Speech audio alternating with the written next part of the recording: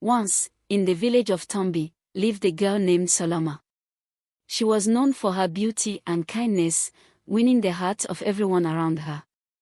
Her father, Ajani, was a humble fisherman, and her mother, Zena, sold handmade baskets in the market. Although the family didn't have much, they were happy and close-knit. Soloma loved school and excelled in her studies, making her parents proud. The village often whispered, "Soloma will do great things one day." As she grew older, Soloma formed a close friendship with Amina, a girl with a sharp tongue and a love for gossip. While others warned Soloma to stay cautious around Amina, she chose to see the best in her friend. Their bond deepened as they shared secrets and laughter under the ancient baobab tree in the village square. One day, Amina brought food for Soloma when her family had none to eat. Grateful, Soloma overlooked Amina's flaws and defended her from those who spoke ill of her. But Soloma's trust in Amina would soon lead her into a world of trouble. Little did Soloma know, the choices she was about to make would change her life forever. Amina always dressed in the finest clothes and adorned herself with jewelry that sparkled like sunlight on the river. Soloma couldn't help but wonder where Amina got her riches. "Amina, how do you afford all these things?" Soloma asked one afternoon as they sat near the riverbank. Amina smiled slyly and whispered, "A man from the neighboring village gives me gifts. All I have to do is keep him company." Soloma gasped. "Amina, isn't that dangerous? What if something goes wrong?" Amina waved her hand dismissively. "Soloma, you worry too much. Life is about taking risks. Look at me, I have everything I want." Soloma felt uneasy but said nothing more. Amina's confidence was infectious, and Soloma admired her friend's carefree attitude. But deep inside, Soloma couldn't shake the feeling that Amina's choices might lead to trouble. Days turned into weeks, and Soloma noticed Amina becoming bolder. She spoke of her adventures with men and the wealth they brought her. Though Soloma remained focused on her studies, Amina's tales planted seeds of curiosity in her mind. It wasn't long before Amina's influence began to pull Soloma away from the path of innocence she had walked all her life. One evening, as the sun dipped below the horizon, Amina invited Soloma to her house. She showed her something extraordinary, a small, golden cradle with intricate carvings of stars and moons. It gleamed under the flickering lamplight. "This cradle," Amina whispered, "is the reason for my fortune. The man gave it to me and promised endless wealth if I kept it safe." Soloma was mesmerized. "It's beautiful," she said, running her fingers over the delicate patterns. "But why would someone give this to you?" Amina's face darkened. "He said it belongs to a powerful spirit. If I ever lose it or misuse it, terrible things will happen. But as long as I have it, I'll never go hungry." Soloma's heart sank. She felt uneasy about Amina's new treasure but didn't want to offend her friend. "Be careful, Amina," she warned. "Gifts like this often come with a price." Amina laughed. "Oh, Soloma, you're too cautious. Trust me, this cradle has changed my life for the better." Soloma left that night feeling a mix of awe and fear. The golden cradle shimmered in her mind, haunting her dreams with its mysterious glow. Days later, as Soloma returned home from fetching water, she noticed a strange figure standing by the riverbank. It was a man cloaked in deep blue, his face obscured by shadows. He carried a staff with a golden crescent at its tip, which seemed to hum faintly in the evening air. "Child," the man called out, his voice deep and melodic, "do you know who possesses the golden cradle?" Soloma froze. Her heart raced, but she managed to shake her head. "No, sir," she lied. The man sighed, his shoulders slumping. "That cradle is no ordinary object. It belongs to the Moon Guardian, a powerful spirit. Its theft has thrown the balance of our world into chaos. If it is not returned soon, disaster will follow." Saloma swallowed hard. She didn't dare mention Amina's name but promised herself she would speak to her friend. As the man disappeared into the forest, Saloma felt the weight of responsibility pressing on her. She realized that Amina's treasure was more dangerous than she had ever imagined. That night, Saloma confronted Amina at her home. "Amina, you have to give back the cradle. A man came to me today, he said it belongs to the moon guardian."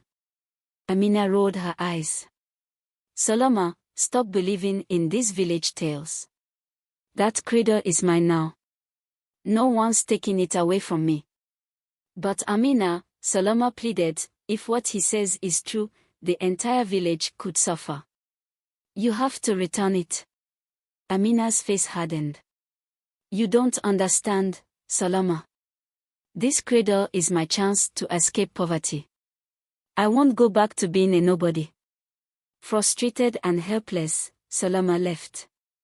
As she walked home under the moonlight, she noticed that the stars seemed dimmer than usual.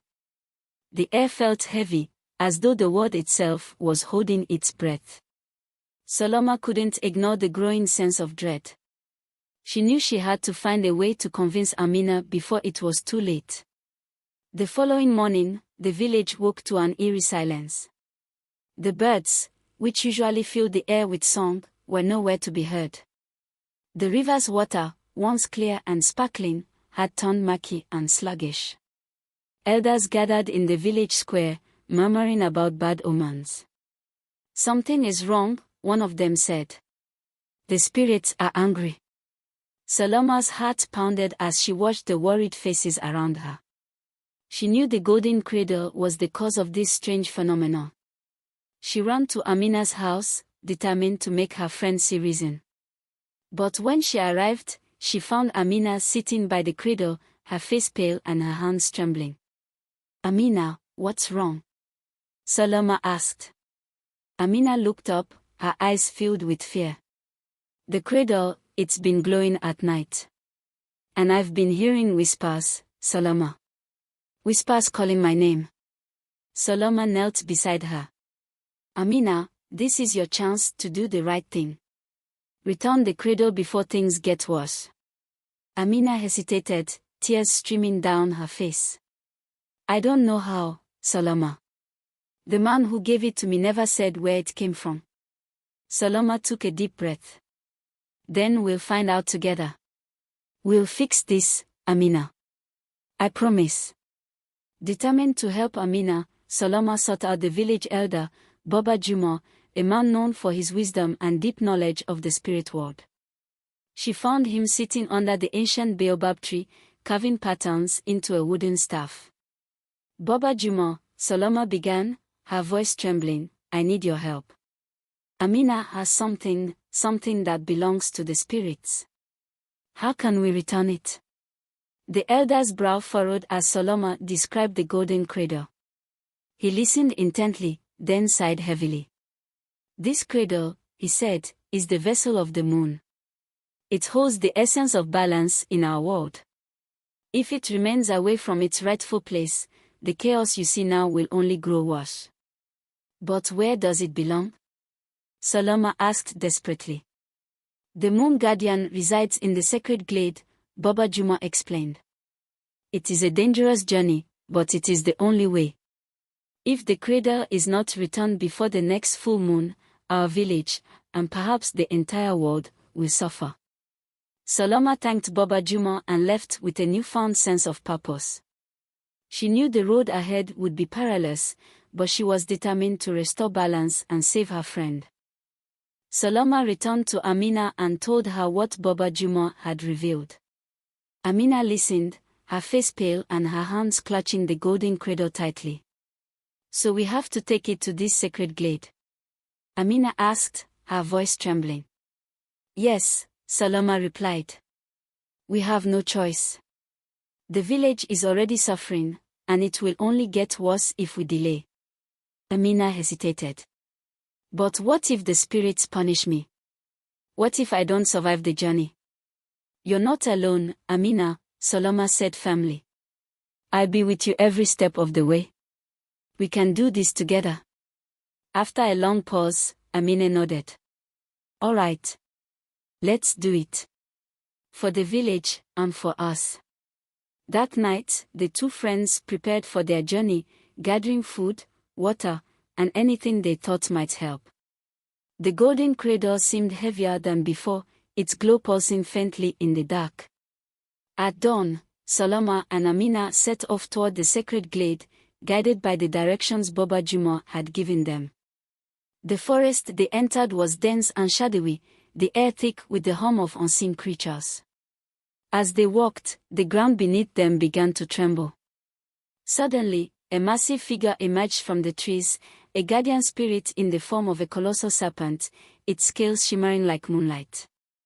Who dares to trespass in my domain? The serpent hissed, its golden eyes narrowing. Saloma stepped forward, her voice steady despite her fear. We seek the sacred glade to return the vessel of the moon.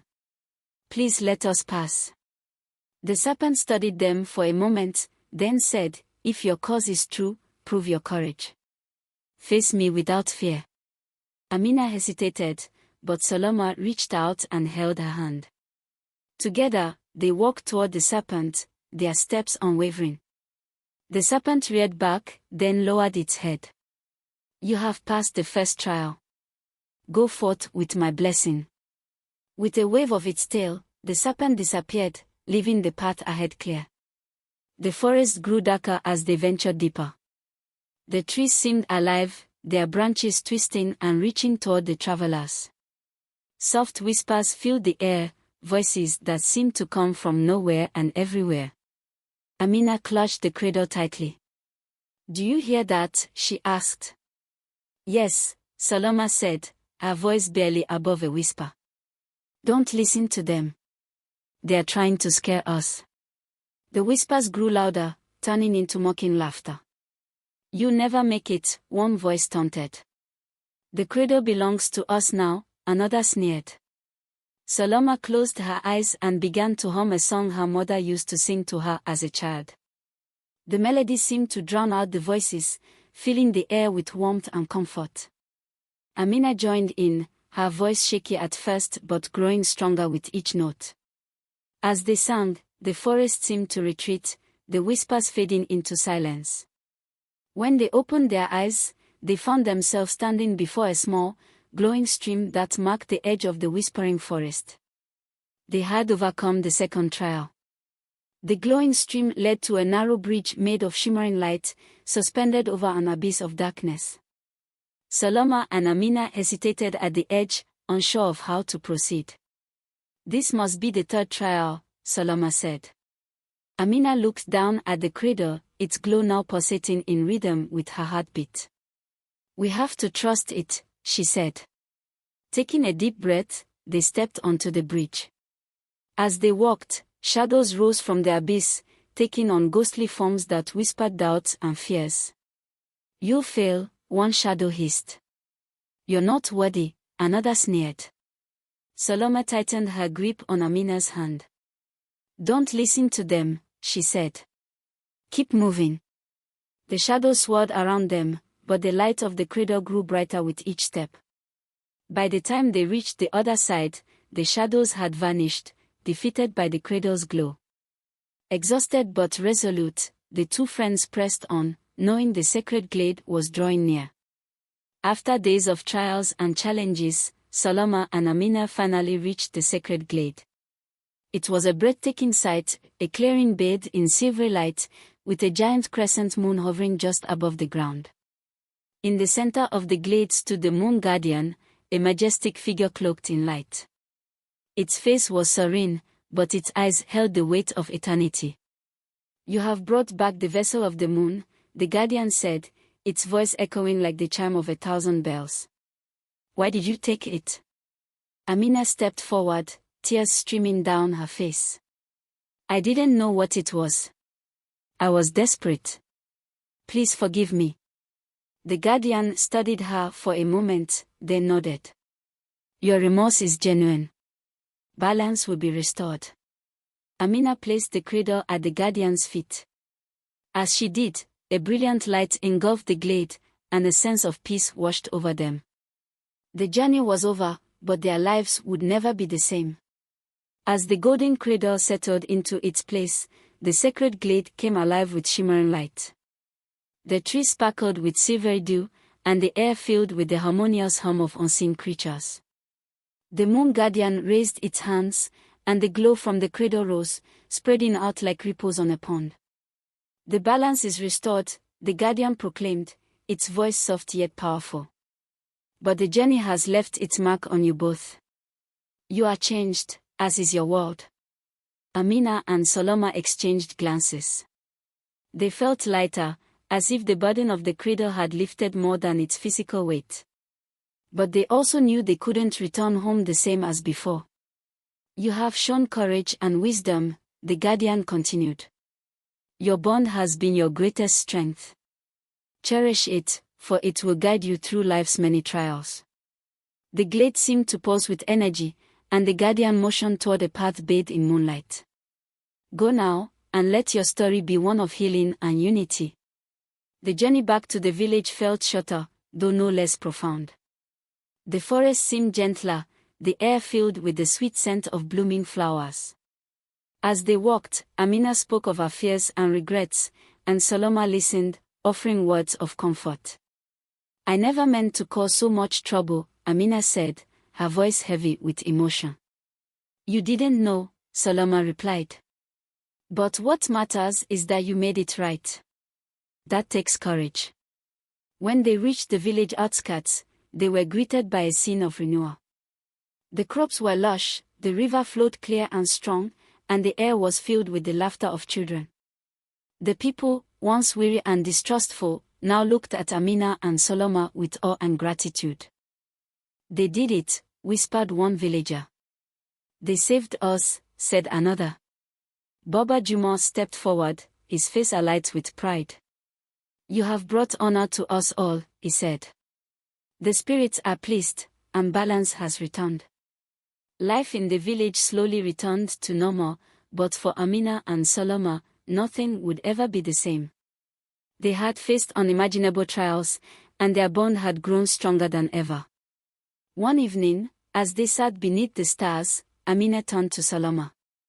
Do you think the spirits will ever call on us again? Solomon smiled. If they do, we'll be ready. Together. The golden cradle, now a distant memory, had left behind a legacy of unity and resilience. The villagers, inspired by Amina and Solomon's bravery, worked together to ensure the prosperity of their home. The story of their journey became a cherished tale, passed down through generations. It was a reminder that even in the face of great challenges, courage, friendship, and determination could restore balance and bring light to the darkest of times. As the moon rose high above the village, its glow seemed to shine a little brighter, as if blessing the two young women who had restored its harmony. And so, Amina and Solomon's story came to an end, not as a tale of loss or fear, but as a celebration of hope, love, and the enduring power of friendship.